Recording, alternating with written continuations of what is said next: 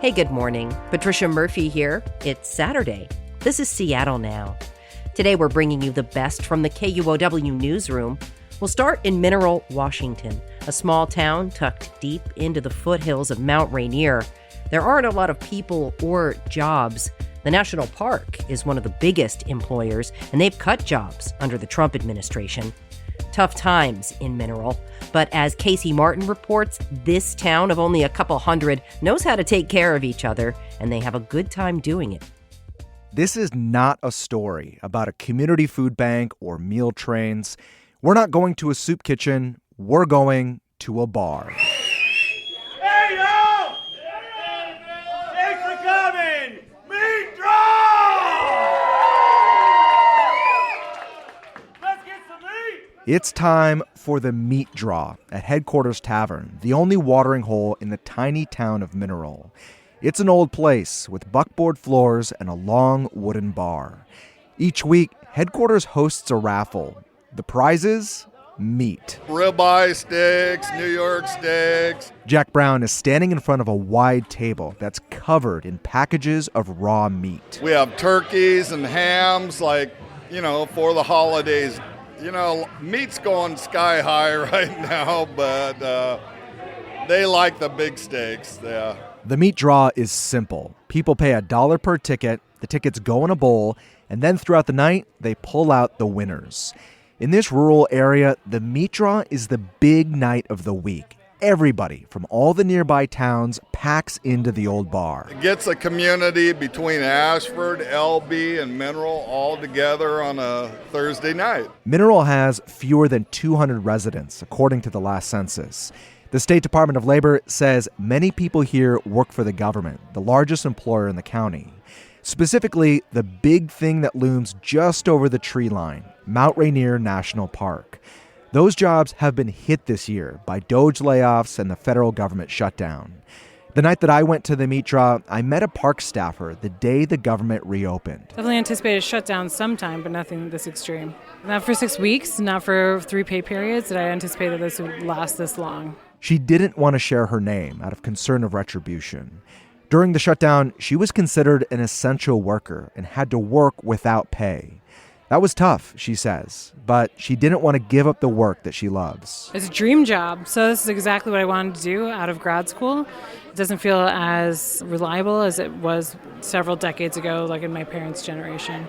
The people in Mineral stepped up for her and others during the past month when the government furloughed park staff. Everyone knew who works for the park and who's being affected by this, so everyone was doing different things to help different people, as far as spaghetti dinners, making sure that everyone was getting fed, and make sure that they had gas and heat. It's been nice to see that. That's the spirit of the meat draw inside the bar. The raffle is run by volunteers, people who've been coming in for a long time. The manager of the bar is too busy pouring drinks to pull raffle tickets out of the bucket. For me, it means a lot of money. It's my support system. Julie Rutledge first started coming here because of the meat draw. This one night is the one night for the entire week that really keeps us going. It is about community, but it's also a bit of a party every week. It is a bar, after all. One fun part of the meat draw is that not every prize is a juicy steak. We'll get ground camel, kangaroo steaks, cow eyes, or a bag of fat. Then they're like, oh, I don't want that. One regular is Margot Page, who comes every week and buys $20 of tickets. She was striking out that night until... Margot! What? Yeah! It's fun to win, she says, but that's not why she comes. You walk in this door and everybody's welcome and everybody's okay. And having a place for all of us to gather in this little town, $20 a week is a steal. At the end of the night, people leave with packages of ground beef and frozen turkeys under their arms. The leftover money will be used for next week's meat draw, when this little bar will fill up again. In Mineral, I'm Casey Martin, KUOW News. Next, it's getting harder to get pregnancy care in the Pacific Northwest. In the past 5 years, 6 rural hospitals in Oregon and Washington have closed their obstetrics units. Providence Hospital in Seaside, Oregon is the latest to do so. Northwest News Network's Rachel Miller Howard reports on why it's so hard to keep labor and delivery units open and what happens after they're gone.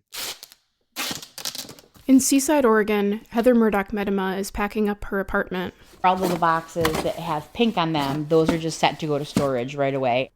Murdoch-Medema is a labor and delivery nurse.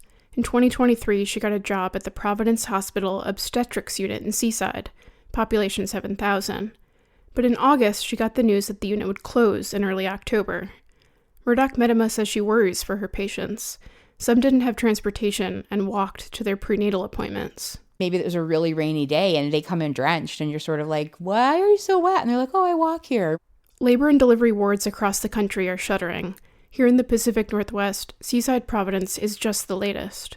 The pregnant folks in our state, where I'm adjusting to a new reality. Christine Bell is the executive director for Providence Women and Children's Services in Oregon. She says the decision to close the unit was a numbers game. What's common, particularly in Oregon, is a declining birth rate.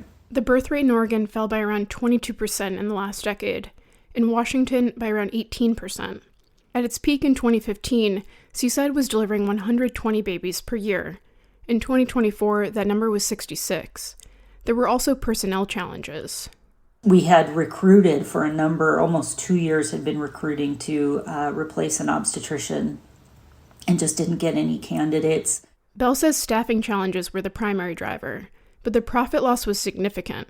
65% of patients were on Medicaid. And Medicaid does not cover our costs. And so we lose money on every single one of those deliveries. Ashley Stoneburner is the director of Applied Research and Analytics at March of Dimes, a nonprofit that works to improve the health of mothers and babies. She says these are common reasons for rural labor and delivery closures. We know that if you live far from your provider during pregnancy, you may not make your appointments for your prenatal care, which puts you at risk for poor birth outcomes.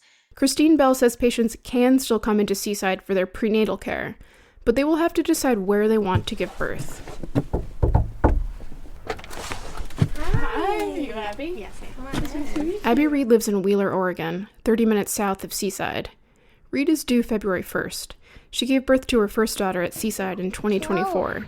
She wanted an unmedicated birth and said the hospital respected her wishes. Post-labor, there were complications. I hemorrhaged, so I lost a lot of blood. Postpartum hemorrhage can lead to shock and death of the mother if left untreated.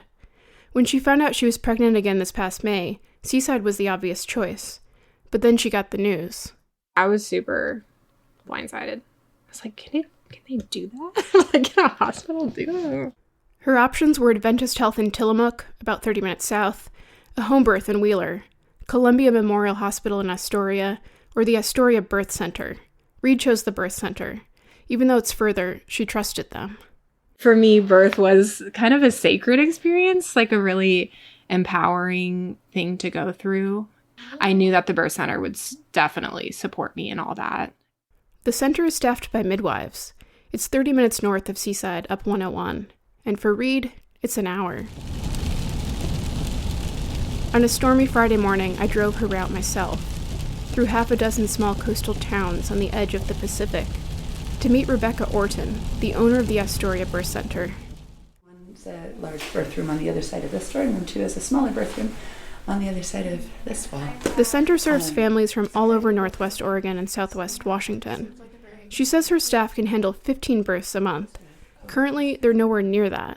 We could comfortably absorb the entire clientele that Providence was seeing. A spokesperson for Columbia Memorial Hospital in Astoria said they also have capacity to absorb patients. Rural labor and delivery care is caught in a vicious cycle. Birth rates are declining. Staffing small units in small places is challenging. Labor and delivery care is expensive, so they're often the department hospitals shutter first. I asked Abby Reed if she's worried about an emergency on her drive to Astoria. She said she isn't. My husband and I were Christians. We believe in God. And so I feel like in those types of moments, we just surrender it and would trust that it'd be okay. In Seaside, Oregon, I'm Rachel Miller Howard. And finally, a story about college admissions in Washington state. For some college applicants, the biggest hurdle is writing a personal statement, and that might look a little different this year. Some colleges have eliminated questions that reference diversity from their admissions applications. KNKX reporter Freddie Menorez spoke with one student about what it's like to apply for college right now. Dahlia is a busy high school senior in the Seattle area with lots of interests. At school, I run 4 clubs. She also plays tennis. On top of all that, Dahlia is applying to college right now. We're not using her full name because she's a minor, and we don't want to hurt her chances of getting into a college. Dahlia is a first-generation student. Her mother immigrated to the U.S. from China more than 25 years ago. I'm very grateful for the opportunities she's opened up for me that she didn't get to have. This is information that may have typically been asked in a supplemental college essay. But this year, some essay prompts that reference diversity have been changed or removed. The U.S. Department of Education told schools in February to get rid of what it called racial preferences when admitting students, citing a Supreme Court ruling that eliminated affirmative action in 2023. Schools say they don't admit students based on race or ethnicity, but some have since changed or removed prompts that reference DEI. According to the Counseling Services College Transitions, the University of Washington is one of at least 19 colleges that have since changed essay prompts. UW removed a question this year about how a student might add to the school's diversity. The college now only requires a personal statement. In a statement, UW spokesperson Victor Balta says the school decided in August to discontinue all supplementary essays to simplify the process for all applicants. Balta says UW's, quote, admissions process remains holistic and context-driven, ensuring fair consideration for all applicants. Lauren Tracy is executive director at College Possible Washington. The nonprofit helps students from low-income families, including Dahlia, find and apply to college. She says not asking that question might discourage students from talking about their identity on the college app. But I know for the students we serve, I think there's enough encouragement and support for them to not shy away from any part of themselves, that's still showing up. Dahlia had slight hesitation to include tidbits about her identity after the Trump administration's effort to ensure colleges don't accept students based on race or ethnicity. But I think it's important to who I am, and I want to mention that part of me because it's such a big part of my identity. Dahlia wrote about watching real estate and home improvement shows with her grandma while eating classic Cantonese dishes like fish with black bean sauce and brown rice. She reads an excerpt from her college essay. The home buyers were always middle-aged, white, and lived in the suburbs. I have never seen people who looked like me on the show. A first-generation Chinese girl born from an immigrant family. She says the homes depicted on the shows looked cleaner than hers, despite a rule at her house to take her shoes off at the door. Then she starts to compare those homes on TV to hers. A whole corner of the kitchen is dedicated to fragrant fish and chili oils.